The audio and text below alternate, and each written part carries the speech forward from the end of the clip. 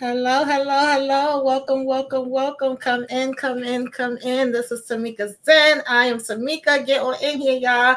Get on in here. Well, I think the only one that's in here right now, shout out Kendall, was the first one in the building. And Shannon Gonzalez, thank you for joining me. Hopefully, some others will be making their way in. But if not, and you catch the replay, make sure that like the video, share the video, comment. I don't know how many people's actually watching Class of '09, but this was a series that I liked from the beginning that I wanted to do. And I didn't get to do an episode by episode, so I just kind of wanted to do an overall, what my thoughts are, see what y'all thoughts are, see who was, checking into it, because I thought this was a very good show. And it was funny because I was actually looking at some of the reviews, and I don't usually go too much by critics. I feel like art is subjective. What you may like, I may not like, and vice versa. But it was kind of like a mixture of reviews, and it was some actually that was saying that they didn't think that Brian Tyree should have even wasted his time with doing this role in this show. And he was part of the reason why I checked it out in the first place, because I just felt like I haven't seen him do one thing that I haven't liked, period. Okay. I liked him when he was on Atlanta. I've liked him in movies I've seen him in. So he was part of the reason why I was here for it. And I overall just thought that the story sounded interesting to me. So that's why I decided to check it out. But being as though they dropped 3 episodes at one time, it was a little hard to, do the review, because it was like, dag, they already starting out with 3, at one time. And, had some other things going on at the time. So yeah, I figured we could just, talk about some stuff that happened in here, because I was here for it. And hey Alicia Smith, thank you for coming through. So yeah, you guys, first of all, I got monetized yesterday, okay? And Savannah was actually the first one to give me my first super chat. Now Kendall is my first member to join my member. Now listen, y'all gotta bear with me though, because I'm still learning how this whole thing works. Excuse me. They actually changed the rules with YouTube. So I have the members and I'm able to put perks and I'm able to get super chats now, but I still don't have access to ads yet. I still have to reach the 100. I should say the 1,000 to get there. So, hopefully I'm still on the road to that and much more. But this is definitely a start. I'm excited and I'm looking for new ways now. Got to learn a little bit more about it to give you guys some different perks and figure out, the different things that I'm going to add on to make the channel better and better and better and better. Okay. I definitely am excited about that. Hello, Miss Gonzalez. Thank you for coming through. So, yeah, that's something that, just happened yesterday. And I was surprised that they approved me so fast because, I know they said it take up to 30 days and they answered me back like within a couple of hours. I was like, okay, all right, go me, go me. But anyway, y'all, we are here. What's up, OT? Thanks for coming through. Hey, Michelle. So, we are here to talk about Class of '09. Like I said, this is just the overall. I don't even think I'm going in no kind of order. I think I kind of want to talk about it like character by character. So I was just wondering, like, who was your favorite character? Who was your least favorite? Like, was it somebody you liked in the beginning, but then in the end you was like, they trash? That's not what I was expecting, or vice versa. Like, who was your favorite? Who was your least favorite? I don't know. Like, I feel like Teo was kind of like the most complicated one. I don't know. Like, sometimes I was liking him and sometimes I wasn't liking him. Poet to me sometimes was getting on my nerves as well. I felt like she was a people pleaser, If you're not that familiar with it, Class of '09 was basically a limited series that was a suspense thriller. It followed this class, of course, that was joining the FBI, and we get 3 different points in times where they're grappling with different situations, right, within the U.S. criminal justice system, of course. And we get this, it's altered by artificial intelligence, where I feel like this definitely can happen. And I feel like the things they was doing, the government definitely can do, probably already doing, we never know, right? So it was 3 times that we was dealing with. We of course was dealing with 2009, which was supposed to be the past. The present was 2023 and 2025, and then the future was 2034. So we had let me pull it up because I got a little bit of slides. I ain't got a lot. You enjoyed it? I enjoyed it too. I enjoyed it too. Yeah, Teo wasn't playing though. Teo, he was doing some stuff that I was like, wait a minute, okay. It definitely was good. I'm just talking about it in an overall, Alicia. They did have all the episodes. This was just a limited series, but because I didn't get to do an episode by episode, I'm just kind of talking about it in an overall, talking about, each character and what some of my thoughts are. And I wanted to hear what, some of y'all guys' thoughts was. So of course, like Gabriel and Drew, these was the two instructors, and I was kind of wondering why we didn't get as much Gabriel as we did Drew. I like the fact that we got Drew, and I like the perspective that she brought as being a female FBI agent or whatever the case may be, right? Um, but I kept being like, well, why we didn't get a little bit more of Gabriel? I mean, it didn't really make a big difference, but then I realized he really was only there as a special agent and trainer for 2009, whereas with Drew, she was there from 2009 to 2023. I don't know if y'all can hear it, but they doing some firecrackers outside my house right now, being extra, extra loud. I can't stand them damn firecrackers, yo. Oh God. So I did like her perspective and what she brung to it, and they put Drew through some stuff, man. We gonna talk a little bit more about that. Then we had Murphy. You know, Murphy didn't really make a big difference to me. Then I put these three together because I felt like Poet kept kind of intertwining with them. It was, of course, I think it's supposed to be pronounced or, but it's spelled our.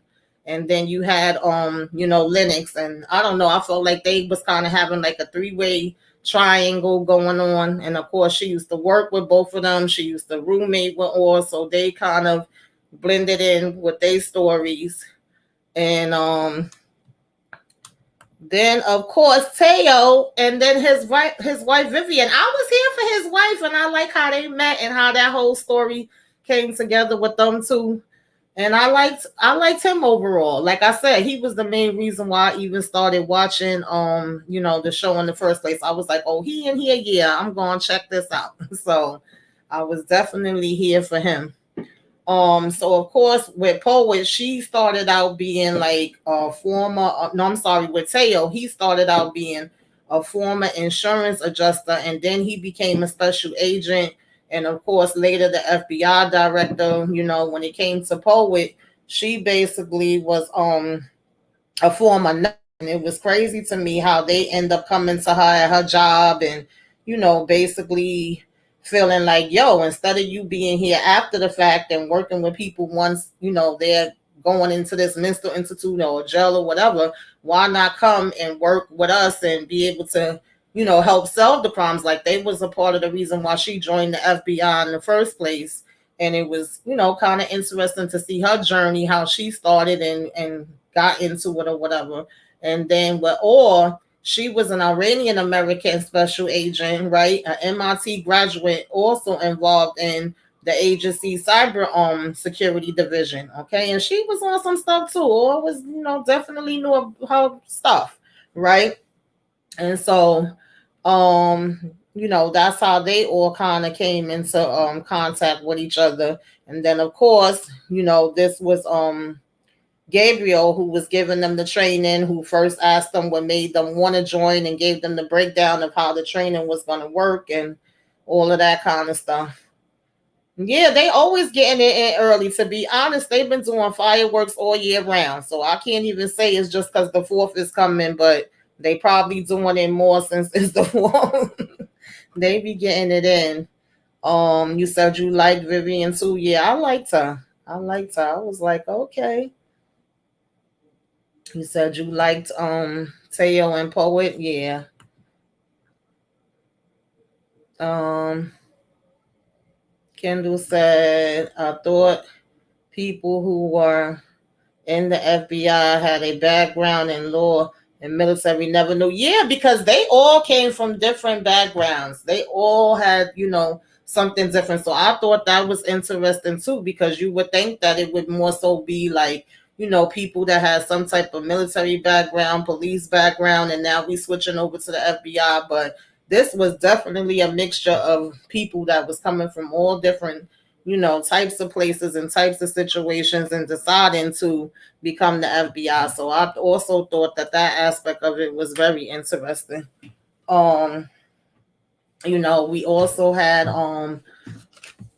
who was it? Yeah, Vivian. He met her with her being a civil rights attorney. Then later she became a judge, And I like I said, how they met. You had Garcia, who was, an AI tech engineer who designed the original AI system for them. And then you have Fitzgerald, who was the FBI director that later took, became Teo's pro y'all know the word I'm looking for, predecessor. And then you had Spencer, who was the United States senator that was skeptical of this whole thing, because of course we start out one way and then we get to another way. But I don't want to jump too far ahead, even though we probably gonna just be kind of jumping around, like I said, because this is not really a all like a episode by episode type of thing. So we probably gonna just be, mixing it up a little bit. But those were definitely the ones that kind of stood out to me. And like I said, when we first meeting them, we kind of seeing them going through the training. We seeing them tell the reasons why they want to join, what made them come to them, and things of that nature. And so this is when they're doing the training. I thought it was funny that Teo was kind of having a hard time. It would be like 1 minute he would pass, the next minute he would have problems. Him and the guy kept getting into it, and they were kind of like, okay, well, how did you pass before? Did you really pass? Because if you did before, then why are you having such a hard time now?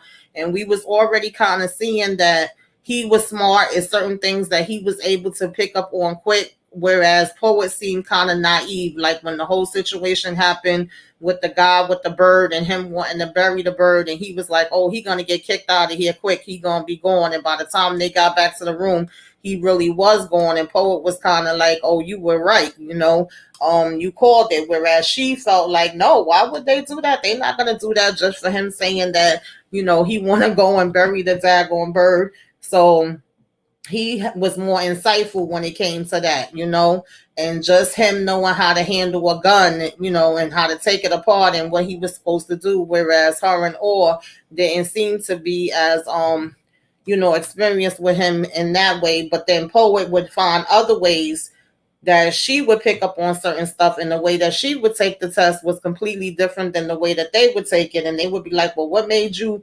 go that route? Or what made you think that way? And she would be like, oh, I thought about this and this. And it's like, really? So you just assumed and thought and calculated that into it out of nowhere? So it showed that they really did all have different smarts that they were bringing to the table, that each one of them could be good for.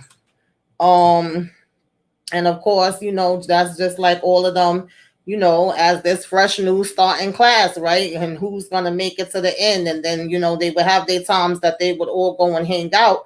And this was another time when Teo kind of called it. Like he knew that Poet and, what was his name? Child, y'all have to forgive me. I don't be remembering everybody's names with all these shows.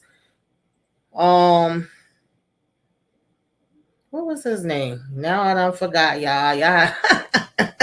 Somebody put it in the comments if you remember the guy that Poet was getting with. But Teo called it, and he said them two was going to get together, and he was right. And then when they talked about, well, maybe you're going to find your missus right and get married one day. Teo was kind of like, nah, that's not in the cards for me. I'm never going to get married. But he wasn't right about that. So I guess he couldn't really see things for himself, but he could see it for other people, because we know he ends up, meeting his wife later on. What's up, Detroit Kings? What's going on? Thanks for coming through. I don't know if you wanted to come up to talk about this show or not. I just was doing an overall. I ain't, doing episode by episode. just a little chit chat with y'all about the show because I really, really liked it. So yeah, I was feeling all of this. Like when he said they was gonna get together, they got together, right?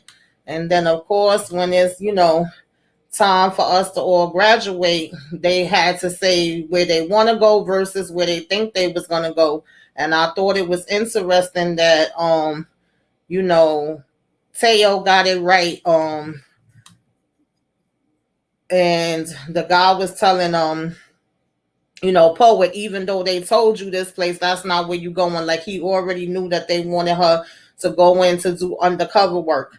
And then that first case she had was crazy where she went with them to the apartment and they literally, took that guy out in front of her and she couldn't say nothing.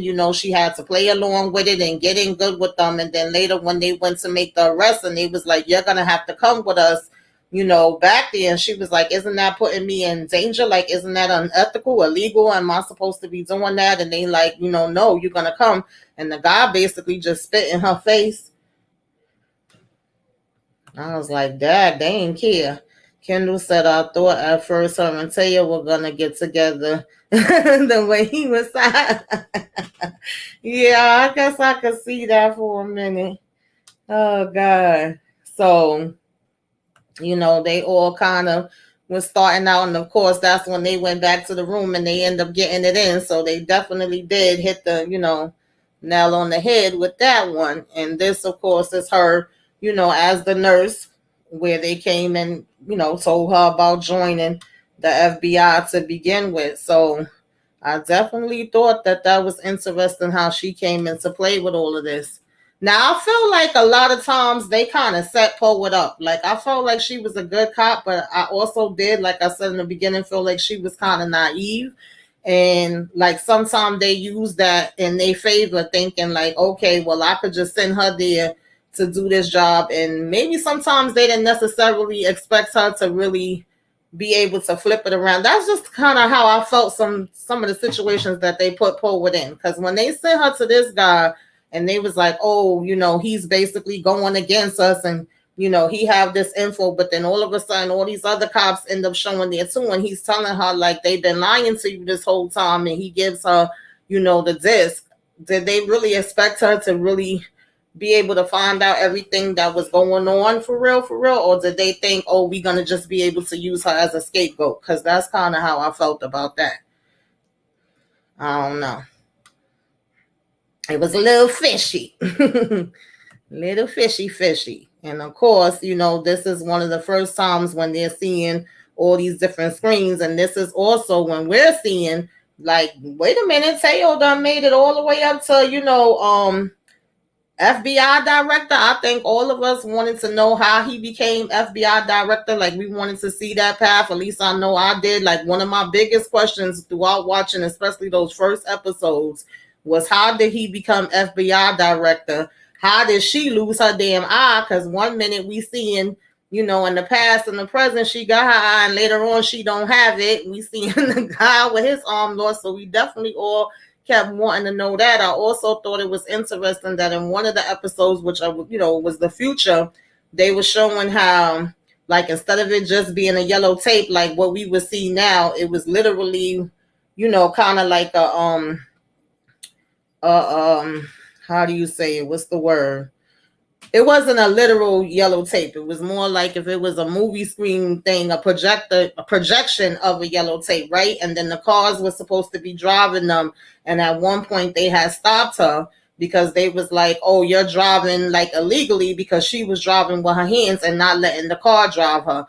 And then she showed them that she was a cop and everything. And I was like, wait a minute, what's going on here? So it definitely was interesting to me. It was keeping my attention. Hey, Tina, thanks for joining us. Did you watch this show? Did you like it? Did you have any favorite, character? Let me know. Yeah, Teo was very, very intelligent. He really was. He really, really was. And it was like, that's why you never knew which way he was going to be, going with stuff. As he definitely, was intelligent. Now, this is another one of the times, well, I think it's actually two different times that I kind of feel like, this is them kind of using, I felt like he in particular was using his friendship, so to speak, that he had with Poet to get her to go and have this dinner with Or and get information on Or, and Or knew that's what he was doing, or she thought at least that they were sending them to work together, whereas Poet was completely oblivious to it until later on when she's like, yo, that's what you sent me there for. And she said to him, we don't look in on our own, like we don't investigate our own people, that's not what we do. And he turned and was like, no, actually, that is what we do, right? If we have reason to, then we could go ahead and do that. And again, she seems so naive. Like, how did she think that they was exempt from being investigated? Like, girl, no. You think if they got a choice and they could take your behind out, they wouldn't take you out? So that was interesting to me, too. Yeah. Kendall says, I love the futuristic aspect of how they made it seem, how the technology will be in 2034. Yeah, I definitely like that. Because sometimes I would be bugging out like, wait a minute, you had to keep up with the timelines. You had to be paying attention. This wasn't one of those shows that you could go and be doing something how I sometimes do and just be listening. You definitely had to be paying attention so you can know, okay, they in the past now, they in the present now, they in the future now. Okay, because it was definitely a lot going on. So it was one of those shows that you definitely had to pay attention to what was happening. So, of course, hey, Mochi. What's up, Candy?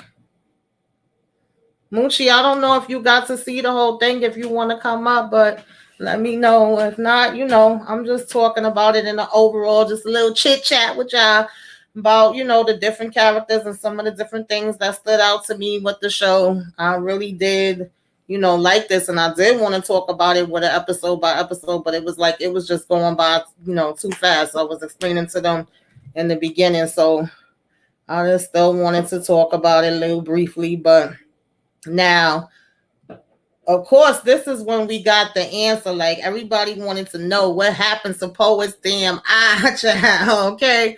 And we see this whole big thing happen. Like, let's talk about Drew for a minute, baby, because was that her name? Yeah, Drew.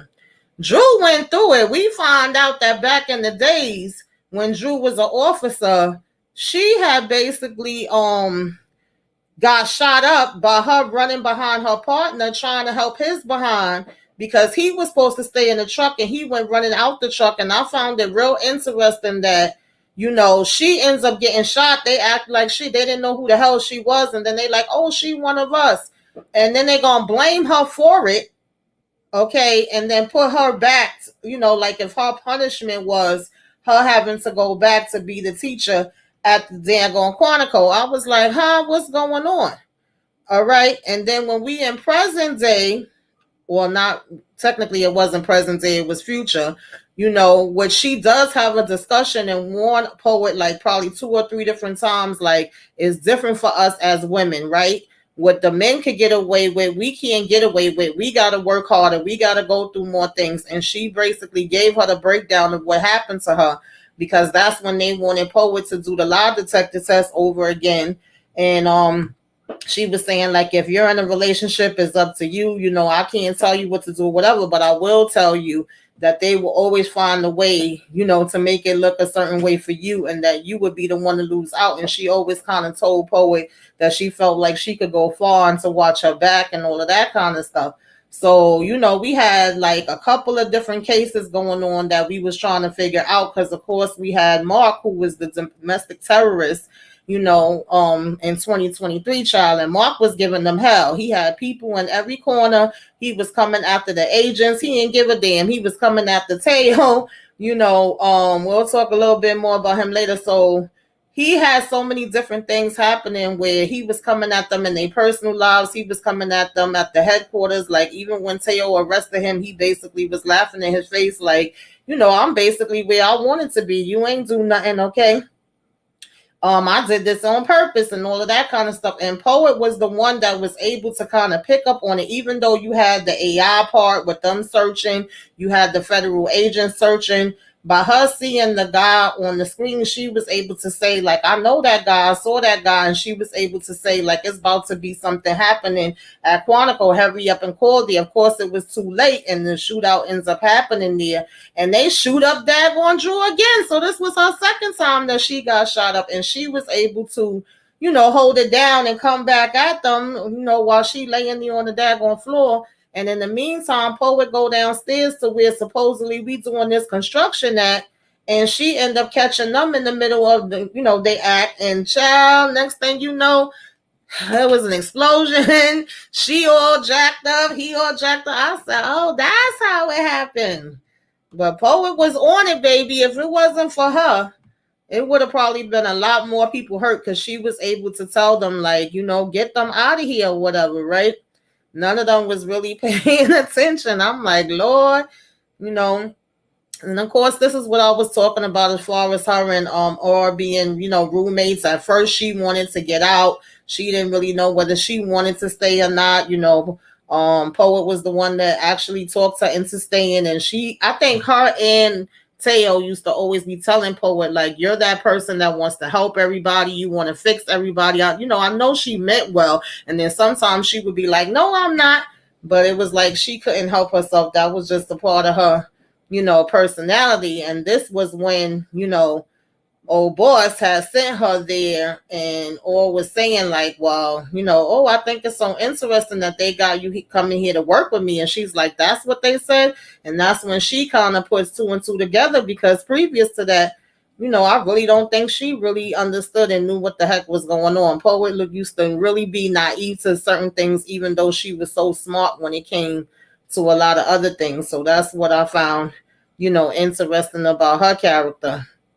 And of course, with Teo, us just seeing him keep working his way up and getting into different things. And like I said, the way he met his wife, I have really, really loved that part. Like them going on the, trip, and him saying, no, I got to go back. I can't leave until I go back and speak to her. And the, instructors actually being understanding to that and letting him go back, even though technically they wasn't supposed to. I was like, okay, Teo, go get your woman. Yeah, Candy said this show as well. It was, man. It really was. Yeah, Kendall. That's all I kept saying. Every episode, I was like, well, what happened to her eye? When we gonna find out what happened to her damn eye? Okay, we want to know. Yeah, she definitely was a people pleaser. And I think that was part of her weakness. Everybody has something, and that was hers. But at the same time, she was so smart when it came to other aspects. I definitely agree with that. So, of course, when we finally, Teo went out here, this is one thing, because so many storylines in this show, but you figured you expect it to be different storylines because it is different timelines. But this was one of my favorite parts, too, that stood out to me. Like, when he's going there to this ranch, he wants to talk to Mark and figure out what's going on. And they get here, he offering them tea, they having small talk. His partner says she got to use the bathroom, and this lady that's supposed to be Mark's wife takes her downstairs and shows her, like, yo, get me out of here. He's planning all this different stuff or whatever, right? But this also was a part that pissed me off, because instead of her staying calm, she told her, stay calm. I'm going to come back for you. No, of course we not going to listen. We going to act a damn fool and run outside. And Mark ended up shooting, Teo's partner. He got to have a full-fledged shootout with these damn people. He there by himself. The way I was in this house screaming at my TV, y'all, I was going off in here like, oh, God, get out, okay, shoot that. I was having a whole fit. And then he gets to go downstairs because he's trying to ask her, like, well, what did you see? What happened? And when he goes downstairs, he actually gets to see, a piece of it anyway, because the rest of it was on fire.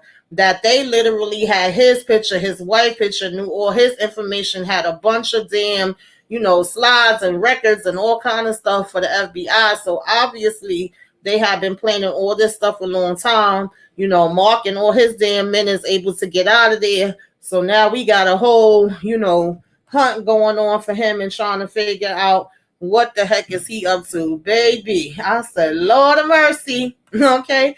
Thank you, Tamarcus. Thank you so much. I appreciate it. All right. Yeah, my little super chats, y'all. As Muchi would say. I definitely do appreciate it. Kendall says, so this scene was when Teo was in Montana. Yes. Yeah, I couldn't believe Zeus shot his wife. I knew something was gonna happen, so I was so nervous. Like, lady, they telling you to go back in the damn house, girl. What you doing? Oh, she frustrated my damn nerves. So let's listen. Yes, I was so mad. Like, the lady telling you she trying to help you, but there's no way you gonna be able to leave from there right now. And I mean, if this is somebody that's done had you, captive for a minute, then obviously you know him and you know what he's capable of. So why would you even come out there like that? I know that's the way they wrote the story, child, but it was just like, running my blood pressure up. Now, DeMarcus, I ain't got, no little cute videos or none of that stuff set up yet, okay? Because I'm new to the super chat game, but I will play a little music for you to say thank you. I appreciate it.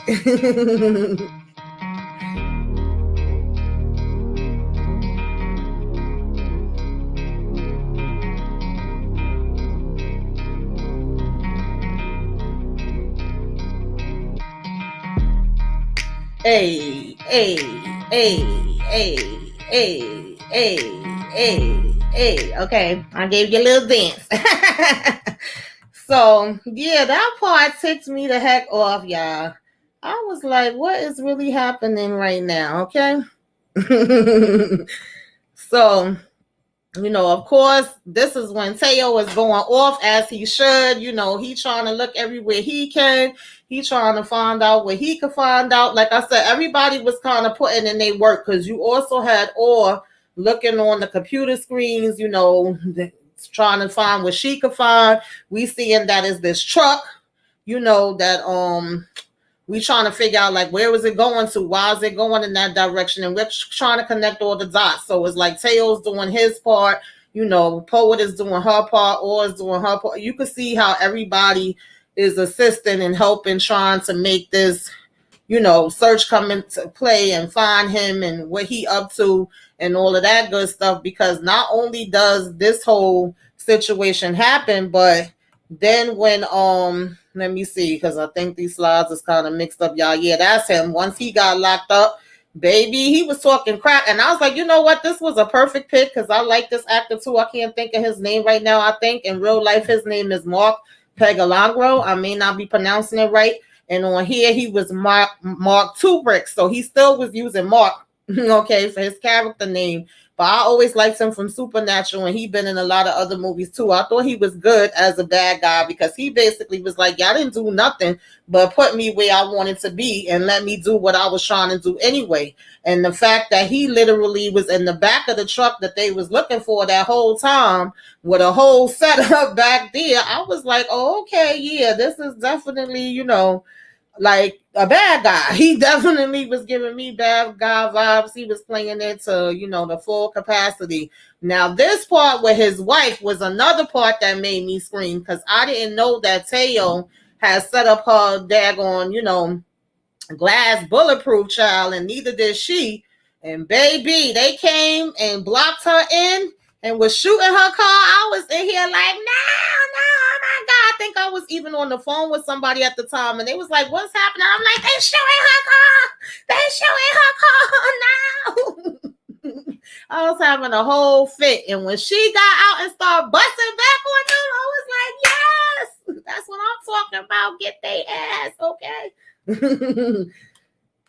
Yes. Tina said, yeah, he always played a good villain. Yes, absolutely. Absolutely.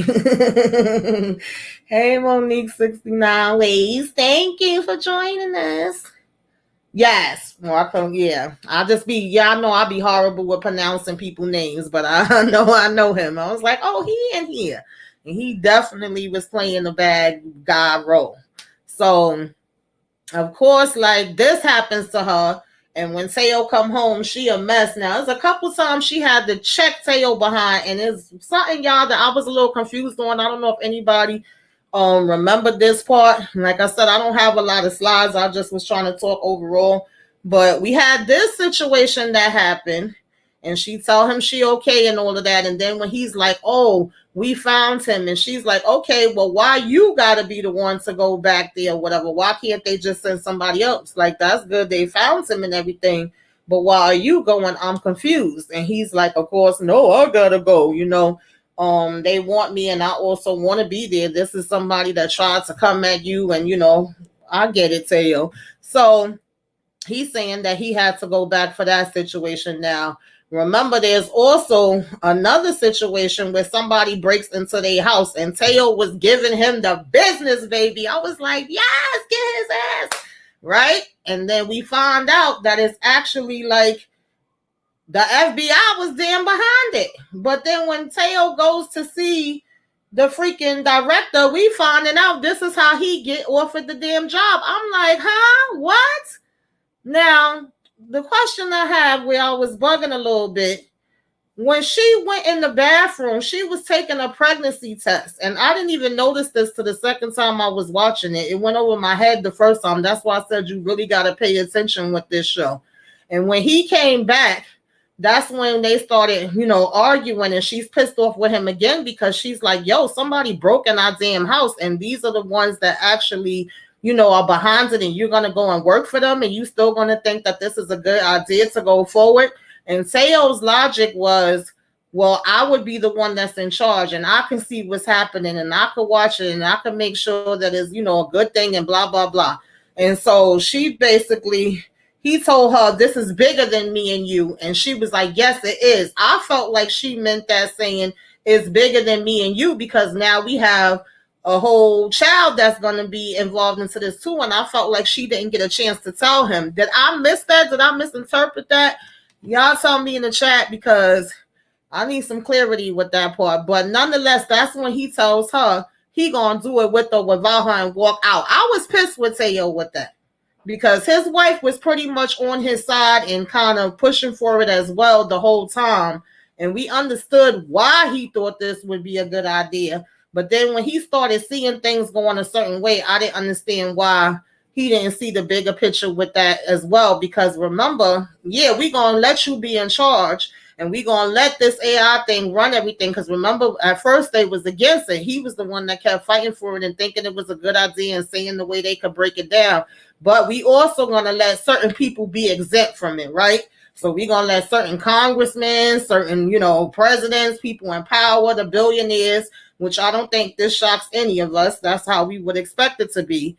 But they are going to be exempt from being a part of the program, or from this program being able to say that they're guilty of anything.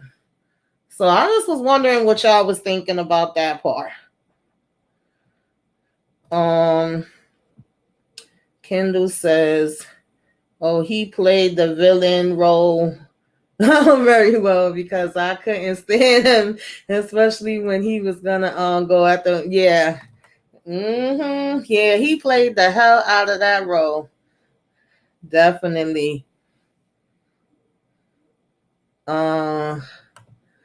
Kendall said, when Teo locked the door in the bathroom, I was yelling, especially when he got stabbed. Yes, he wasn't playing, though. I was like, you better come on through, all right, Teo? He was taking that, honey. So I wasn't mad at it, and it was like, yeah, this is when they were basically having, the argument, like, well, what are you really trying to do? What are you about to accomplish by doing all of this? Like, now you want to go and work for them? She's like, let's just get out of here. Let's pack everything up. Let's move away. But she should have known that Teo was not trying to do that at all.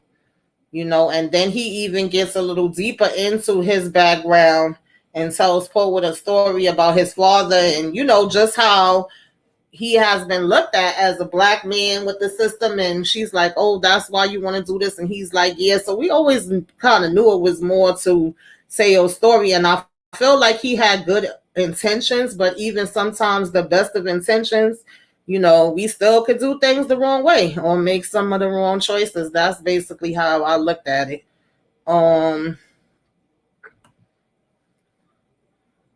Definitely. So my question was, was Teo wrong? Do y'all feel like he was wrong, or do y'all feel like, he was on the right path, but maybe things just got out of his hands, so to speak? I don't know. Like I said, Teo was a complicated character. Of course, this is when he takes he the big dog in charge now. This is when he making big moves, doing big things. So I was like, uh-oh. But of course, with the good comes the bad, because on one hand, we hear them on the news saying crime is down and more people with white collar crime is being arrested now, right? And I like that aspect and them showing that part too. Like, first they praising it like this is the lowest crime has ever been. But then that starts to flip through the years and we start hearing, oh, they got protests in the streets. They're saying that, and it kind of reminded me, I don't know if anybody remembers the name of the movie right now, because y'all know I'll be getting brain fog, but there was a movie a couple of years back, well, it's more than a couple of years, with Tom Cruise, where they kind of predict the crimes and then they go arrest them, and it just so happened that one of the times they ended up going and arresting damn Tom Cruise behind, but instead of it just being like an AI type of computer like they have here, it was these three siblings that they had in this pawn thing that some kind of way could see the future. I felt like that's what this was given, because now we're arresting people before they even commit the crime. So it's like, how does that work? Right? How do we know when it gets it right and when it gets it wrong? Yes, Minority Report. That was it. Let's see. Kendall said, on the right path, but things went left. Yeah. So I like how they aged Teo character. I didn't like or she looked worn out. Yeah, she did look worn out. Or looked like she had went through hell, honey, by the time Poet found her again. She really did. But you figured they did all dirty a little bit. They did. I mean, they did. Like, it was her design.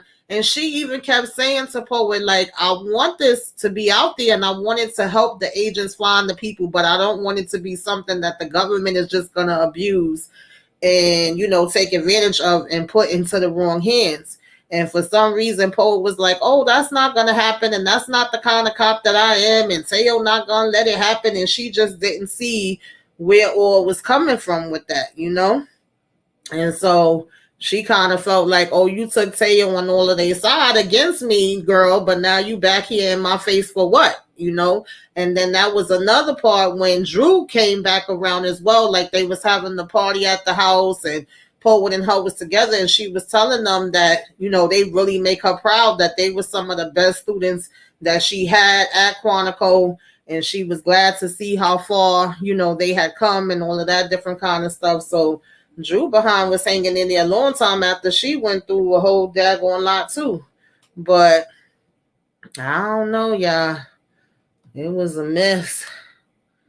So, I feel like Teo kind of let it go to his head. Like, he did have good intentions, but now it's to the point where you got them, these drones coming after the daggone pastor at the church. Like, you're literally seeing that is not following your commands. You're not even in control anymore. And then they quick to want to, give you the boot. And then it even gets to the point where now it's putting you in danger and your damn wife in danger. And just like it reminded me of the beginning part of it, when Poet is saying, oh, we can't investigate our own. We can't go after our own. And it's like, why can't we? Sure we can. We could do whatever the heck we want to do.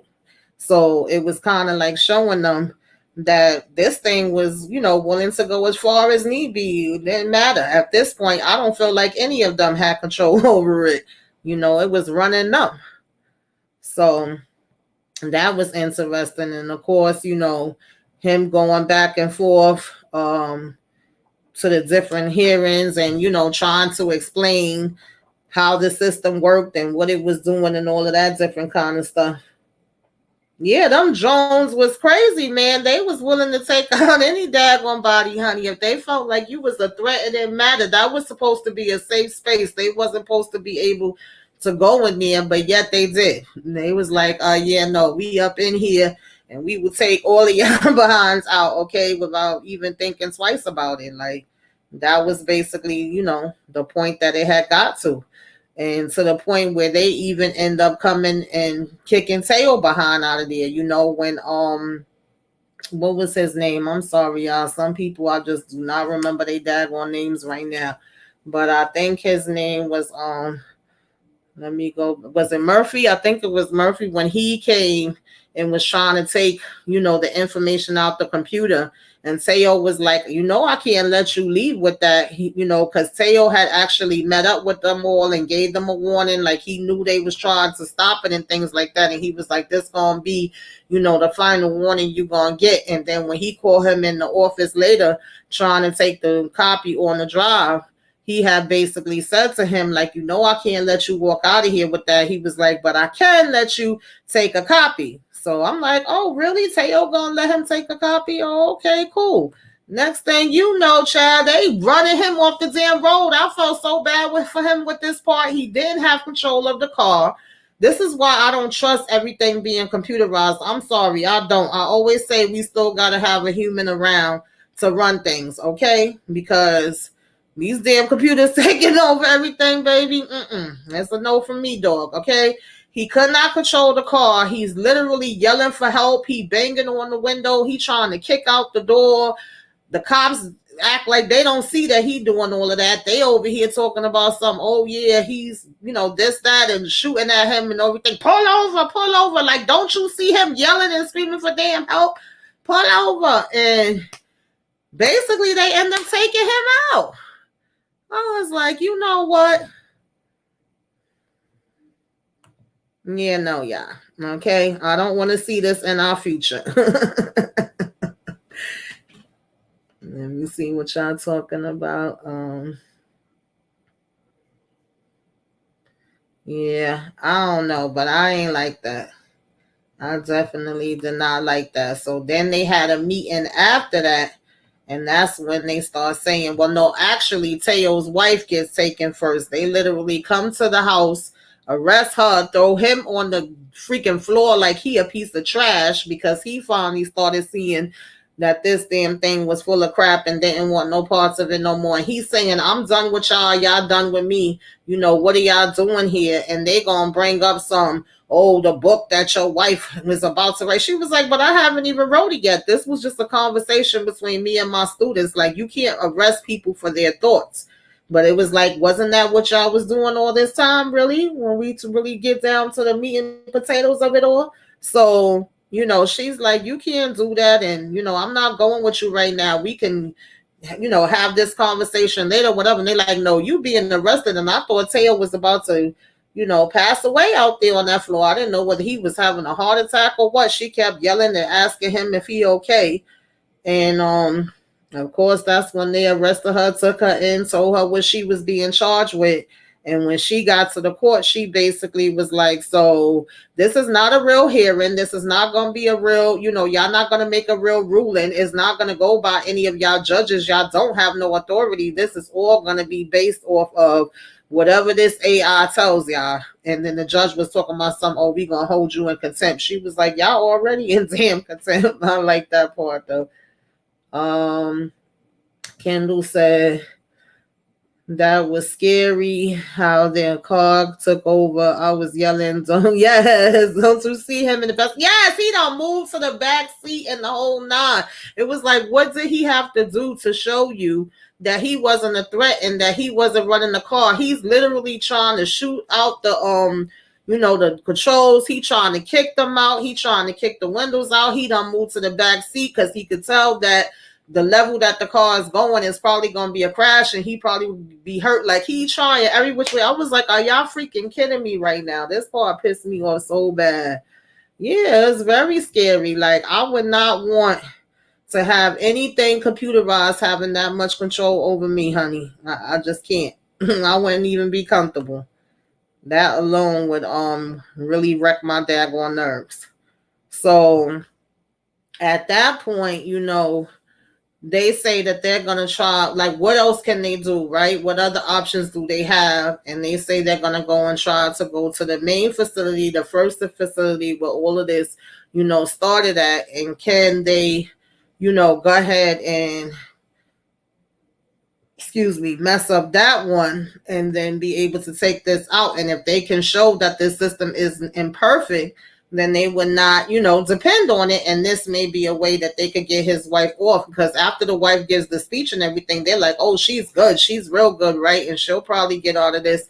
And Teo's kind of like, no, she's not. What makes you think that they still not going to find her guilty? So, of course, they go there to the place. They trying to take, the whole system down. And, of course, them damn drones come flying they behind back around again. And they got to be fighting it out with them or whatever have you. And, of course, this is how it looked now. And, of course, it gets more and more and more advanced. Like, when you think about how it first looked compared to how the hell it was looking at the end, baby, it was a whole nother level. And them damn drones was up in there. But they were able to, successfully shut it down. And now we're saying that all these people that have been arrested, they're letting out. They let her out without, supposed prejudice. They say they got to rethink everything and restart everything. And apparently they had even stopped having classes at Daggone Quantico. And it was like, now we're having the first class that we've had in I don't know however many years. And Poet is now the teacher. She's basically taken over the position that Drew used to have. And she's trying to teach them the old-fashioned way, so to speak, that things used to be done, in her day and how they learned. And I thought that was really interesting. I really, really did. Yeah, that scene was freaking crazy as I don't know what, child. I really thought the whole like I said, series was interesting. I wouldn't mind getting more than one season, but I also could understand it being a limited series.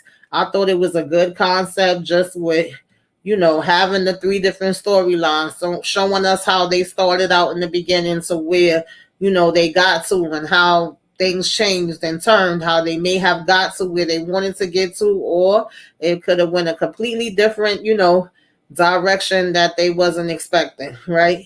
And I liked all of the like futuristic scenes and the cinematography. I thought they did all of that very good. I don't know. I didn't really have any complaints about it. I think I would give it like maybe like a 8.5, 9 for the whole series. With certain parts that definitely stood out to me more, like that car chase stood out to me a lot. The shootout with his wife, him having the fight in the bathroom, the whole bombing thing that went down. I thought the villain was good, even though we had a couple of different things that was going on within the story. Like I said, I really, really, really had like Drew a lot, even though she may not have had the biggest part as far as a character, but I felt like she added a lot with everything she went through and how she would break down different things to Poet. Lennox, that was his name. I couldn't remember his name for nothing, but he lost his daggone arm, and him, kind of having the little love thing with Poet and never knowing what direction they was going in, and her tossing him to the curb and then her coming back to him and him saying, I don't care, I'm gonna wait and you never choose me and blah blah blah. And or I felt like, they did kind of do all dirty to a certain degree. She did what she had to do. And I felt like Poet was smart, but like we was talking about earlier, I just felt like she was a people pleaser and she also was naive to a lot of different things. But overall, I think it was a very good show, and I liked how they pointed out all those different things. Kendall said I liked it too. Probably never would have watched it if Brian Tyree Henry wasn't in it. Yeah, he was the first thing that I noticed. He literally was the first thing. I was like, oh, he in here? Then I started hearing more of the story concept, and I'm like, that's kind of interesting, you know? Um, Shannon said, yeah, they definitely, yeah, they did a good job. Um, yeah, she definitely was a people pleaser, honey. And sometimes that's just how people are. They can't help it. She also wanted to help people. If you said you was in a situation, she was going to try her best to do something to help you, even sometimes without you even asking her for help. She just wanted to help. That just was her nature. And it's not nothing wrong with that. Sometimes people will take advantage of that, and I feel like they did use that against her at times, even when it came to the job, right? So sometimes that could have actually put her in harm's way. Kendall said, I loved how the computer made Poet pull over when she was driving and had to wait until the cop showed up. Yeah, that part was scary to me. It was interesting but scary because I was like, well, wait a minute. She getting in trouble for driving? Like, you ain't supposed to be driving. They trying to figure out why you don't just got the car letting it go. And she's like, because I like driving. I'm used to driving. I want to drive. She had the show, of course, her badge and all of that, and then they let her go after that. And I was like, ooh, that's kind of scary. Like, imagine we can't drive our own vehicles no more. We can't use our own stuff. We supposed to let the computer do everything. That's a little scary to me, and I could see something like that happening in our future, especially the way they turning everything now. Y'all already shoot. I don't like the concept of that. Shannon said, but she got taken for granted. Yeah. Yeah, that's where we headed now. They already making everything damn computerized and want to get rid of people's jobs and, let the computers run everything. Like I said, I'm not here for that. Okay? Y'all can go ahead and keep that over there. I don't want that. That is scary to me. I just feel like you still got to have people around to run, things and fix things one way or another. You can't just eliminate all the people and have everything computerized. And I feel like that is where we already there with a lot of things and still more to come. So that's just a scary thought. So I think that's what made this show even more intriguing. The fact that they already was showing you, like, what if it's not up to us no more, right? There would be no need for lawyers. There would be no need for judges. There would be no need for cops. There would be no need for juries. The computer would decide your fate. How would you feel about that? Like, no, I'm good on that. Even though people are not perfect and they make mistakes too, but I don't want to depend on no damn computer to tell me every damn one thing. I'm sorry. So I just really thought it was interesting. Yeah, they doing that with the supermarket checkouts now already. The train stations, there's really no body there to talk to. Everything is the machines. If the machines don't work or if they're not taking cash, you got to go outside to get money, to get the daggone Metro card or whatever you're using, or you got to use your phone to swipe it. You see the writer's strike, right? And you see them saying that they could use A1 to make characters. They don't really need the actors no more. They don't need the writers. So just imagine how much other things could be eliminated. So all of this is very interesting to me. It's interesting and it's scary at the same time. Just imagine they be like, we don't need none of that no more. All of this is going to be, just strictly AI. Definitely something to think about. Kendall said, and when you think about 2034, it's only 11 years away. A lot can happen, right? A lot can happen in that time frame. Look how far we've come since you were a child in technology. Yep. Also, AI slowly taking over. Yep, absolutely. You are absolutely right. Yeah, definitely is a fact. You know, when I was little, we was using pay phones, honey. It was no cell phones. It was not all of this freaking the different phones that could do all this different stuff and laptops and tablets that could do all this stuff. Honey, we was with the little thing that you draw on. What was that thing called? The etch a sketch, and you shake it out, honey. That's about the close to technology as you was getting, okay? And the little cartridges with the games that you had to blow in to play.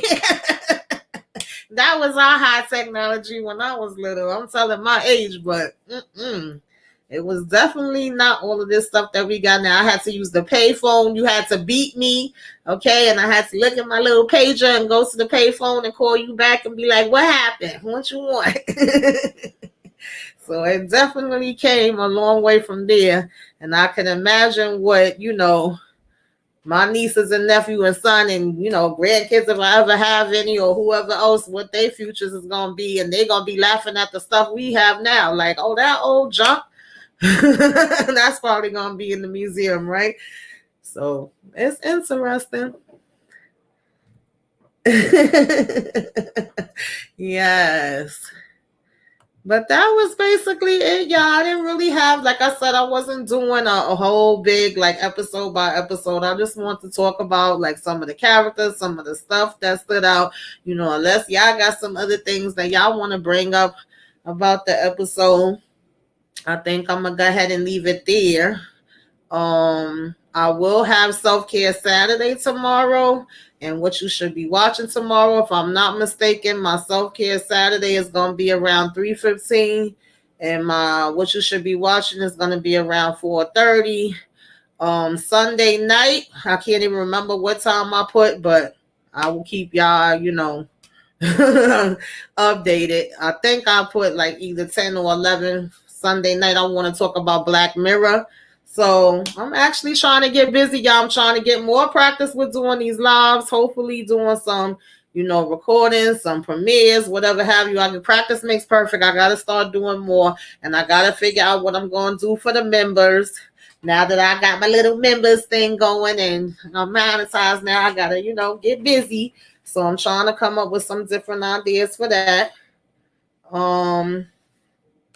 And I think that's really about it. Kendall says my younger nieces and nephews have a Kindle there. Yes, absolutely. Shoot.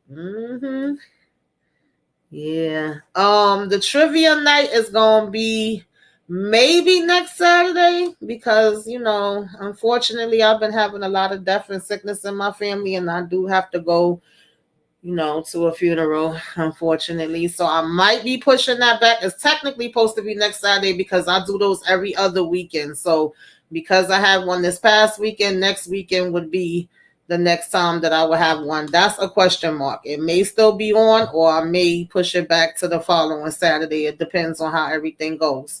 But normally the trivia nights are the second and fourth Saturday of the month. The self-care is the first Saturday of the month. And the fourth Sunday is the throwback Sunday, of the month. And that's how I kind of keep a schedule and, be able to do some things, y'all. So, thank you, Moochie. Oh, so sweet. Thank you. She said I didn't finish watching. Child, y'all know my freaking eyes. I didn't finish watching the next. Congratulations. Thank you. Oh, I appreciate it. Let me put on a little music for you. A little music. Oh, gosh. I definitely do appreciate it. Hey. Put some hammers up for Moochie, y'all. Okay, if you're not subscribed to Moochella Reviews, make sure that y'all, hit the hammer. Let her know y'all came through. Okay. Thank you. I appreciate it. So, y'all, that is what we got going on. Thank you, Kendall. I appreciate it. Yeah, child. I'm gonna get into it tomorrow with Self Care Saturday, honey, because it's been a lot going on. But we still gotta go push through day by day. Doing these lives, doing trivia night, doing Self Care Saturday. That helps me with being able to talk with y'all and stuff like that. And I hope that I'll be a help to y'all. I hope that y'all, enjoy it. And that's what it's all about. I also did get good news too. So it's not all, bad. We got to be thankful for every day that we have. Yes, I gotta get me some daggone glasses, child. I definitely gotta get some glasses. So yeah, y'all, that's what I got. I appreciate all that joined. All that came through. Definitely appreciate it. If y'all can stop through tomorrow for Self Care Saturday, what you should be watching. I'm going to be giving you guys a breakdown of some of the movies and shows that is coming out for July. And if not, if you join in for the replay, definitely let me know that you came by. Say, hey, give me a wave, okay? Put some flames in the sky. And tell me what y'all thought about the show. What you liked, what you didn't like, all that good stuff. I want to hear from y'all. And I'm going to get on out of here. You know what I'm saying? With that, y'all. Okay.